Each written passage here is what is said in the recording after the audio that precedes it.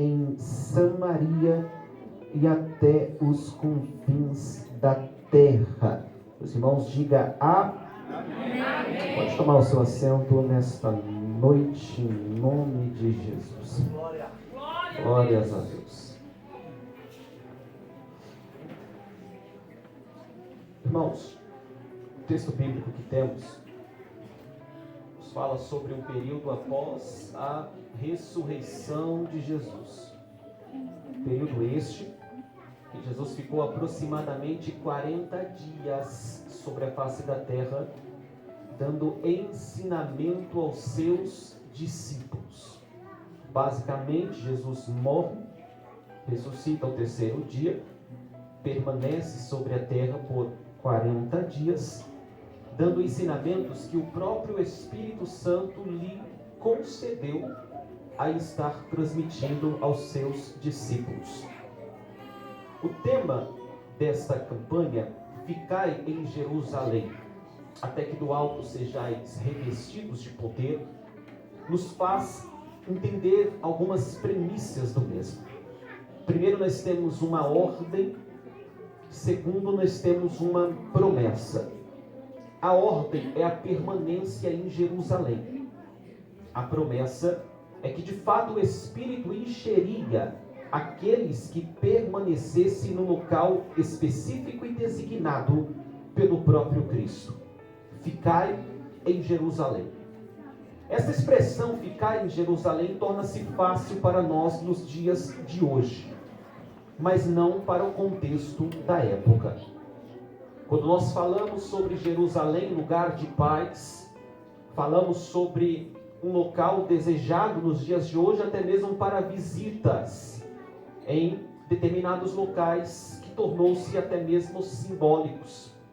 Mas observe que esta ordem dada por Cristo não é uma ordem normal, até porque houve a necessidade dele dizer para eles: fiquem, não saiam, ficai em Jerusalém. Ora, bem sabemos nós que o Espírito de Deus, Atos capítulo de número 2, veio sobre aproximadamente 120 crentes que estavam reunidos na parte alta de uma casa no cenáculo, buscando e esperando.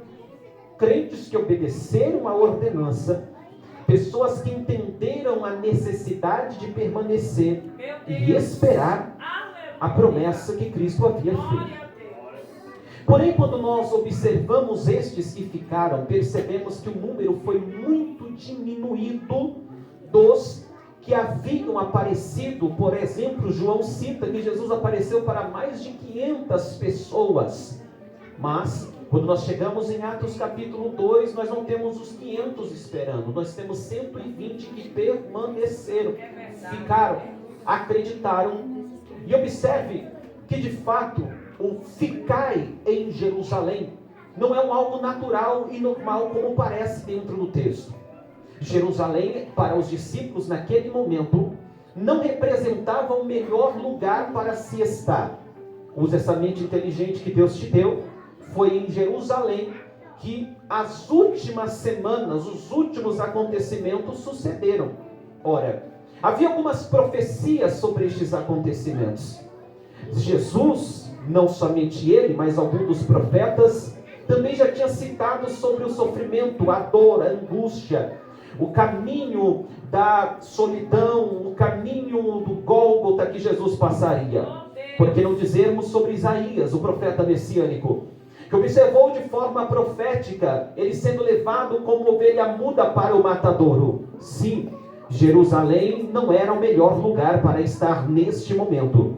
Quando Jesus olha para os seus discípulos e diz para eles: fiquem em Jerusalém, Jesus não estava dizendo para os discípulos ficarem em uma colônia de férias. Não. Jerusalém não era o melhor lugar para ficar. Jerusalém era um grande problema para a vida dos discípulos. Existem alguns acontecimentos aqui dentro do texto, da contextualidade, que eu preciso compartilhar com os irmãos. Coisas que aconteceram antes que o Espírito de Deus viesse sobre eles. Um dos acontecimentos que sucederam, que aconteceram, é que Jesus ele teve a necessidade de aparecer aos seus. Por quê? Porque uma profecia dizia: ferirão um pastor e as suas ovelhas serão dispersas. Ninguém sobrevive sem uma liderança. Observe que o líder maior deles foi morto uma pior morte, a morte de cruz.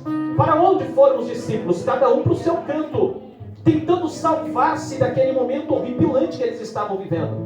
O momento é de caos total, o momento é de dor, o momento é de luta, o momento é de dificuldade. Ninguém se juntava por muito tempo, porque a igreja não cresceu sendo aplaudida. A igreja ela cresceu sendo perseguida. Pensa comigo, 3 anos e meio andando com Jesus, passando a falar como ele, se comportar como ele. De repente esse próprio Jesus é perseguido. E penso comigo que os discípulos pensaram que jamais tirariam a vida de Jesus. Mas quando ele sobe para o Getsemane, ele vai revelar pela primeira vez aos seus discípulos: a minha alma, ela está angustiada até a morte.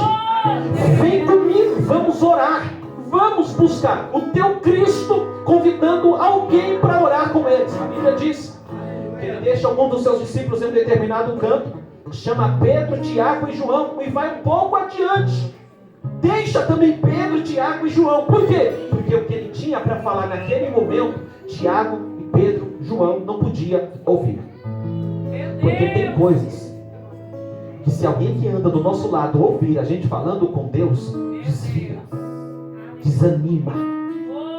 Porque tem coisas que Jesus ensinou por intermédio da oração do Getsemane, que não dá para levar, tem que deixar alguns no meio do caminho, porque tem coisa que é só você e Deus. A gente quer chegar na hora do poder, mas antes do poder a gente vai tratar sobre algumas particularidades.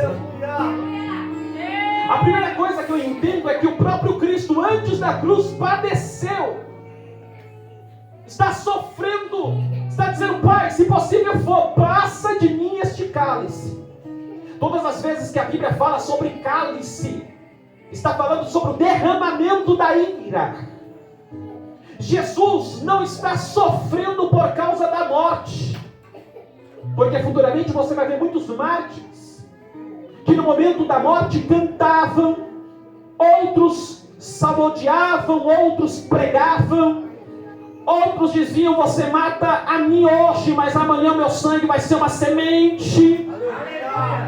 Então o problema de Jesus nunca foi a morte, o problema de Jesus foi o cálice da ira de Deus por causa do pecado. E aí que ele vai dizer: a minha alma está angustiada até a morte, se possível for, passa de mim este cálice.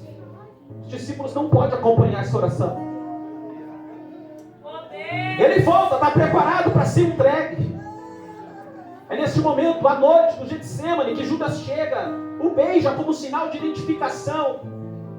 Pedro age, corta a orelha de Malco, Jesus restaura, porque em meio à dor, perseguição, escuta isso daqui, em meio à dor, em meio à perseguição, em meio à angústia de alma, Jesus ainda estava curando. Pastor, um dos maiores problemas do século 21 são ministros que querem curar quando precisam ainda serem curados. Eu estou dizendo para crente. A gente está vivendo uma geração de crente ferida que não entendeu ainda que precisa ser curado para depois curar. Mas vamos lá, deixa isso para outro dia. Então Jesus está ali sendo preso, mas está curando. Deus vai te dar capacidade para suportar o insuportável. Está no Getsemane, sendo traído por alguém que ele chamou de amigo. Dividiu pão, dividiu experiências, dividiu momentos. Mas está dizendo: não tem problema, Pedro, não precisamos matar ninguém, vamos continuar dando vida. Não se torne aquilo que te feriu. Há um ditado popular de um filósofo que diz por aí: não importa o que fizeram com você, o que importa é o que você faz com aquilo que fizeram com você. Jesus se entrega. A missão estava proposta. Entrega a Deus o Espírito naquela cruz. Só que neste momento os discípulos passam a ficarem dispersos. Os discípulos estavam... Tem 2 no caminho de Emaús que ele resolve ir atrás. No caminho de Emaús, Jesus encontra com eles para trazê-los de volta. Porque eles estão saindo de Jerusalém.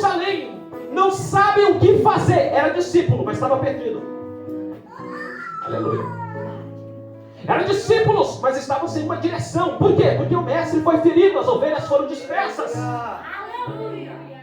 Quando o mestre percebeu que eles estavam perdidos e sem direção, ele mesmo foi se aproximando deles. Porque você se perde, mas ele não te perde. Pois, aleluia, glória, vou repetir. Você se perde, mas ele não te perde. Eu ouço o passo de Jesus indo no sentido de caminho de Emaús aqui dentro nessa noite para te dizer: já deu glória, já deu aleluia, já pulou, já virou o aviãozinho, já virou o avião da TAM, já fez de tudo. Mas Jesus sabe quando está perdido. Mas hoje eu estou andando no caminho de Emaús para dizer: você se perde no caminho, mas eu não te perco. Não.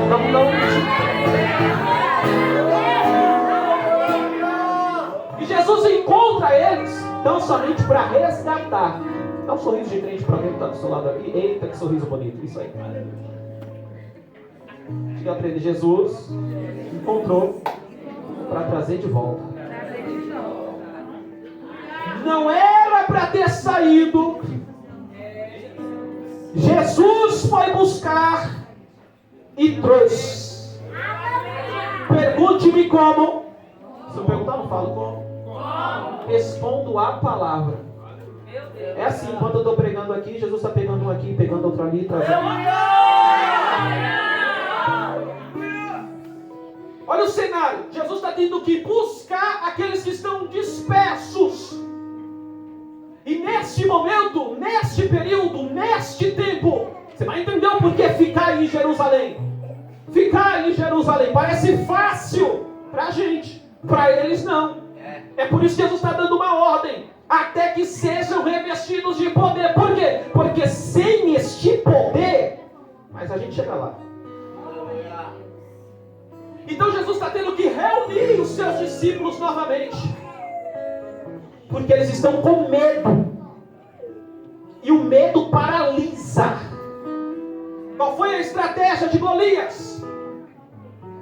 Paralisar todo o exército de Israel. Como? Com medo. Meu Deus. A estratégia do inimigo sempre vai ser paralisar a igreja por medo. Mas o medo era real. Se mataram Cristo, imagina os discípulos. Qual era a lógica do momento? Nós precisamos se esconder. E o natural era se esconder com o mínimo de crente possível. Porque se reunir com o máximo de crente possível era um suicídio coletivo. Diante do que estava levantado naquela época, a perseguição instaurada. A ponto de Pedro ter que negar: você estava com ele. Não estava. Mas você fala como ele. Não falo, não conheço, nunca nem vi. O momento não era agradável, não era bom. Há uma reunião dos discípulos que Jesus aparece dentro da casa sem passar pela porta. E quando ele aparece, a primeira palavra que ele diz é paz. Aleluia! Eu deixa aleluia, eu vou repetir. Jesus precisou entrar dentro de uma casa, e a única coisa que ele iniciou dizendo foi Shalom.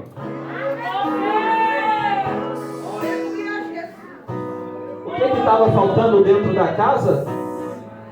Paz. Aí Jesus chega trazendo para dentro da casa paz. Os discípulos estão dentro da casa aterrorizados. Aí Jesus chega dizendo Shalom. Jesus foi no endereço certo para levar a mensagem certa. Paz. Você consegue repetir isso daqui? Paz. Isso é a resposta de Deus para a vida de alguém aqui nessa noite. Paz. Eu estou dizendo para crente que dá glória e dá aleluia. Jesus está dizendo: eu vou trazer paz para dentro da tua casa. Paz. Eu vou trazer paz para o ambiente do teu trabalho. Paz. Eu vou trazer paz no meio da tua família. Paz. Quando a gente chega no capítulo 1 do livro de Atos dos Apóstolos, Jesus está dentro deste momento, tendo que animar os seus discípulos. Porque foi por intermédio da trama política e religiosa que mataram Jesus. Então na mente deles eles estão dizendo: se ele mexer na política, a gente vai viver em paz nessa terra. Se Ele trouxer de novo o reino para nossas mãos, tirar o reino da Babilônia, da mão da Babilônia, nós vamos ter paz, nós vamos ter segurança, nós vamos ter tranquilidade, nós vamos viver promessa. Aí Jesus tem que responder: não vos compete saber os tempos e as épocas que o Pai estabeleceu. E aí que Ele vai dizer no versículo de número 8: mas recebereis poder. Em outras palavras, Jesus estava dizendo aos seus discípulos: o problema não é o que está por fora, o problema é o que está por dentro. Os discípulos querem uma resolução, Jesus está dizendo poder.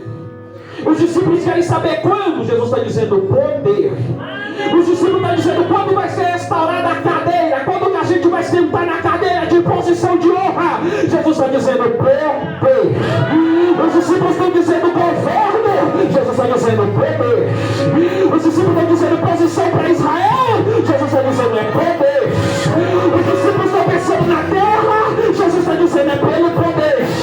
Os discípulos estão pensando em resolver na espada, Jesus está dizendo é pelo poder de Deus. É interessante isso aqui. Porque quando Jesus fala sobre isso, Ele está falando para pessoas que passaram com Ele mais de 3 anos. Aproximadamente 3 anos e meio. E quem passou com Ele mais de 3 anos, viu milagres, sinais e prodígios. Pensa em um Pedro que andou sobre as águas. Experiências, repita comigo, experiências. Todos eles, se não viram, ouviram. Experiências. Só que quando Jesus diz para eles, para que haja uma continuidade no que eu comecei, vocês vão precisar receber poder. Jesus estava mostrando para eles que experiências passadas não resolvem conflitos futuros. Vou repetir isso daqui. Experiências passadas não resolvem conflitos futuros. Jesus está mostrando para eles que existe algo que eles precisavam para sobreviverem. Poder. Poder. E quando ele vai falar sobre este poder, é interessante que ele vai dizer: descerá sobre vós. Quando Jesus menciona que desceria sobre ele, Jesus estava simplesmente dizendo: não vem da terra. Porque o que vem da terra o homem pode produzir, mas o que desce não é o homem que produz. Técnicas humanas podem produzir coisas terrenas, mas somente o poder que vem do céu pode produzir aquilo que é espiritual. Jesus está dizendo: vocês não precisam de nada da terra para sobreviver. Para vocês sobreviverem em meio a essa perseguição, em meio a essa perseguição, em meio a essa perseguição, em meio a essa luta, em meio a essa dor, em meio a essa calúnia, em meio a essa injúria, em meio a esse tempo difícil, em meio a esse tempo sombrio, em meio a essa dificuldade, Jesus está dizendo: eu vou sustentar você pelo poder. A gente pensando que é sustentada pelo carro que tem, pelo emprego que tem, pela casa que mora, pela família que tem, mas Jesus está dizendo: deixa eu vou ficar pela tua mão para te dizer: é o meu poder que vai te sustentar, é o meu poder que vai te sustentar. A pandemia veio, e o que te sustentou não foi teu nome, não foi teu cargo, não foi teu dinheiro, não foi teu emprego, não foi tua conta bancária. A igreja não fechou, não foi por causa de empresário, não foi por causa de discipulado. A igreja está de pé por causa do poder, por causa do poder, por causa do poder, por causa do poder. O poder de Deus aqui para vir sobre a tua vida, poder. Deus está dizendo: eu vou te sustentar por causa do poder.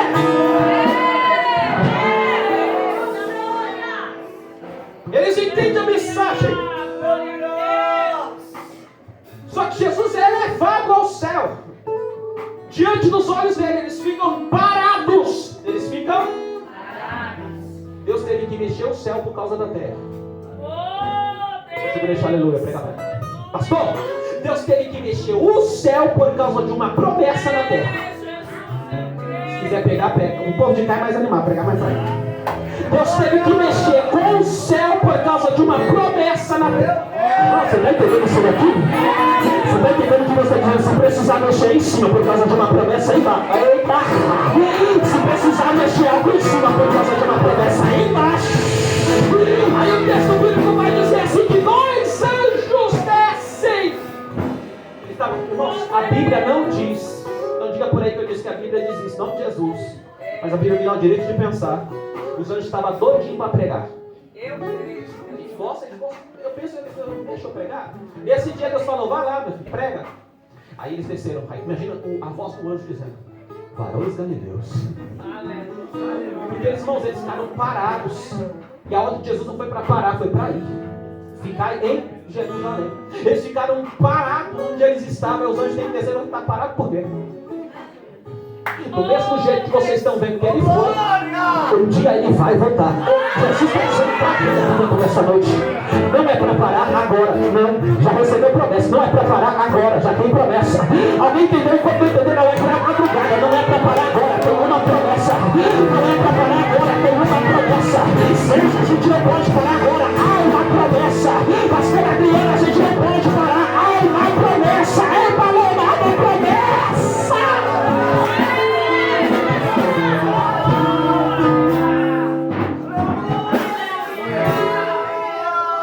Aí o texto diz assim: então voltaram para Jerusalém.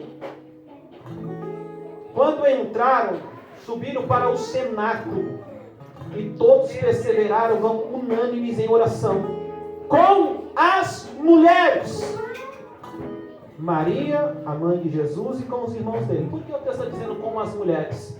Porque sempre que eles iam orar, dentro da cultura da época, era separado o ambiente de oração, homens e mulheres. Só que o que está para vir não é algo que será dado para determinado gênero, é algo universal. O poder que o homem ia receber era para as mulheres já ter dado agora, mas eu estou tão bonzinho que eu vou continuar. O que eu percebi que estava dizendo é a unção que vem sobre o homem. Cadê as mulheres? A unção que eu vou derramar sobre o pastor, a glória, o poder, a autoridade, cadê vocês? Eu percebi que estou dizendo, tinha homem, tinha mulher também. Porque o poder que nasceu sobre Pedro, nasceu sobre Maria. O poder que nasceu sobre João, nasceu também sobre Isabel. Ei, nós estamos dizendo para o meu poder, eu eixo homem, eu eixo mulher, eu eixo criança, eu eixo adolescente.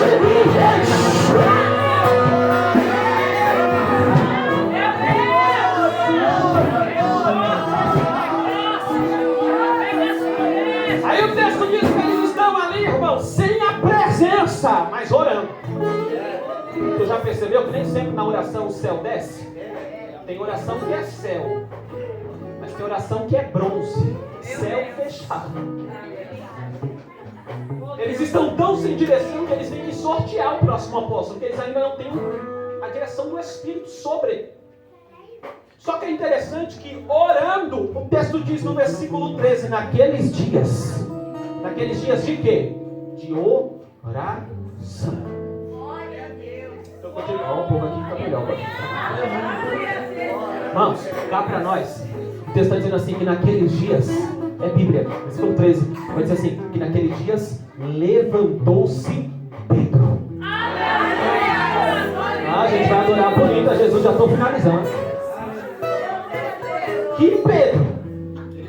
Aquele. Qual? Negou Jesus 3 vezes. Que Pedro? Aquele que estava envergonhado pela sua própria atitude. Só que aí a gente viu que estava todo mundo orando. Alguém entendeu aqui? Eu gosto de pegar perto do pastor, o pastor está crendo, meu Deus. Pastor, está todo mundo orando. Deus, manda poder. Igual aqui a campanha, manda poder. Aí o pastor diz assim, aí naqueles dias, Pedro se levantou. Sabe o que acontece? Eu nunca vi uma igreja que ora, Deus não levantar ninguém. Eu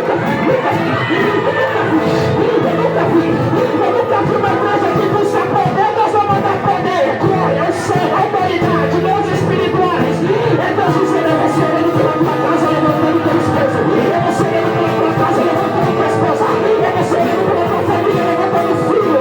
Até sombra Deus vai alcançar. Vai! E pega essa palavra, joga a mão pra cima agora.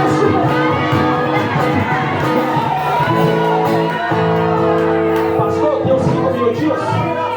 5 minutos eu finalizo. Escuta isso daqui. Lembra de Judas? Tinha se enforcado um dos 12. Sim. Estava faltando uma cadeira. Eita, alguém pegou aqui. Tinha um lugar desocupado para alguém. Se você não quiser pegar, eu estou falando, eu estou pregando para mim isso aqui. De uma posição desocupada, né? Porque Judas, um dos nossos, já tinha se matado. Enquanto eles estão ali na oração, orando, quando Pedro se levanta, Matias é escolhido. Está preparado para ocupar a cadeira? Cadeira fala de posição e honra. Eita, eu continuo esse glória, irmão. Aleluia.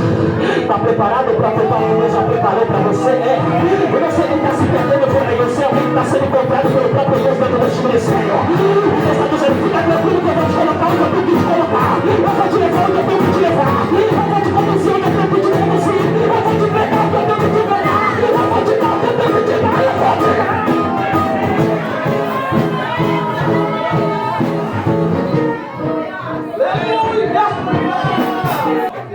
A cadeira foi ocupada. Aí Pedrão, finalizando essa obra.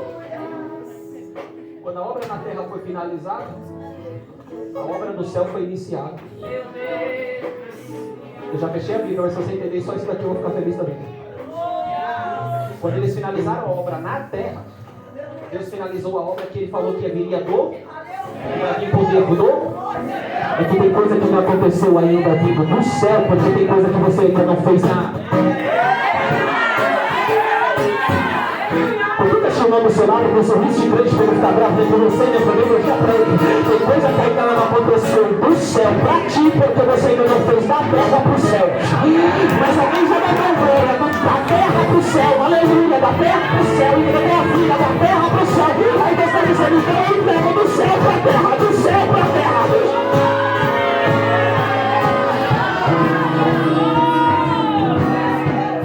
Vamos fazer um combinado aqui? E assim, a partir de hoje, tudo que for da terra será apenas consequência. A partir de hoje, estou vivendo só com o que vem do céu. Fofoca eu não quero saber mais. Mimimi eu não quero saber. Eu estou comendo só daquilo que vem do céu. Só. Vem sobre o descer da nossa vida espiritual, velho. Deixa falador de lado, fofoqueiro de lado, caluniador de lado. Vamos pegar o que vem do céu. Se coloca de pé nessa noite em nome de Jesus.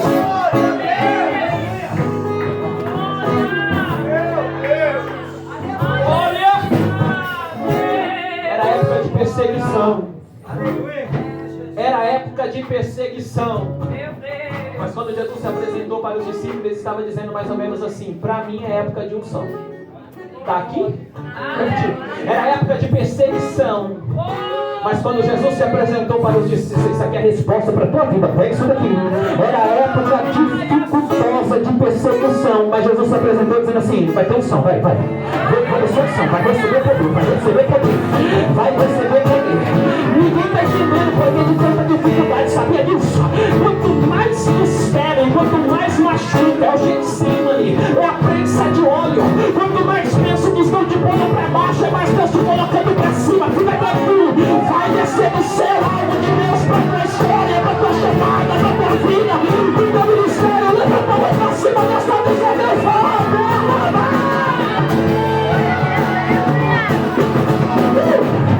segura a mão dessa tocha acesa aí do teu lado, vai.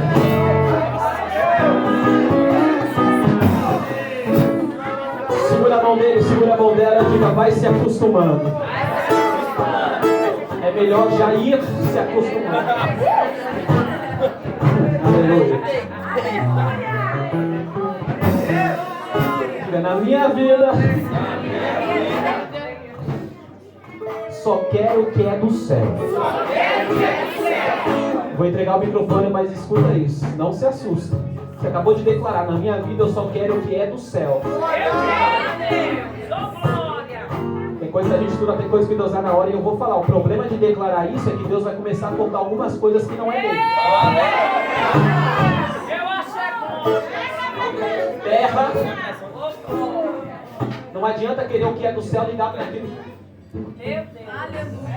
Não adianta dizer só quero o que é do céu enquanto está em conexão com aquilo que é. Aí Deus está dizendo, já que eu quero o que é do céu, a partir de hoje estou cortando aquelas alianças que é da terra. Até amizade no WhatsApp vai mudar, até os grupos lá. Eita! Até grupo que não era nem pra você ter entrado, Deus está dizendo que vai te tirando com mão forte lá hoje. Porque quando está preso naquilo que é da terra, eu não posso dar o que é do céu. Mas quando está preso no que é do céu, a gente vai contando o que é da terra. Nós estamos dizendo, eu tenho o poder do céu. Vamos orar, vamos orar. Começa outra vez com os olhos. Deus, a tua palavra foi pregada, Senhor. Este povo nem sabe o tanto que eles ainda vão viver, ó Pai, neste propósito. Tem muito mais no céu para eles. Coisa linda que o Senhor falou conosco durante todo o culto. O despertamento de cada ministério aqui dentro, Senhor. Cada grupo, ó Pai, é vívido a diferença. E eles estão ainda só no processo. 2022.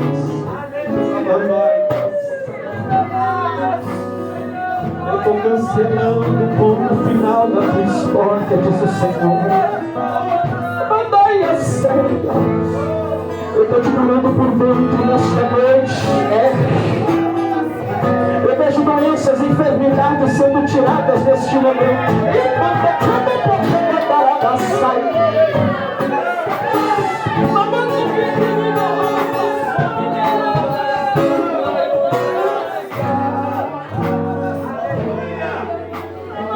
Deus está tocando no coração de alguém aqui nessa noite, restaurando, cuidando, tratando, dizendo: tu és meu, tu és minha, não te perco. Fica que tem poder para descer no céu. Fica que aqui mais que eu vou descer poder do céu. Vou te curar por completo.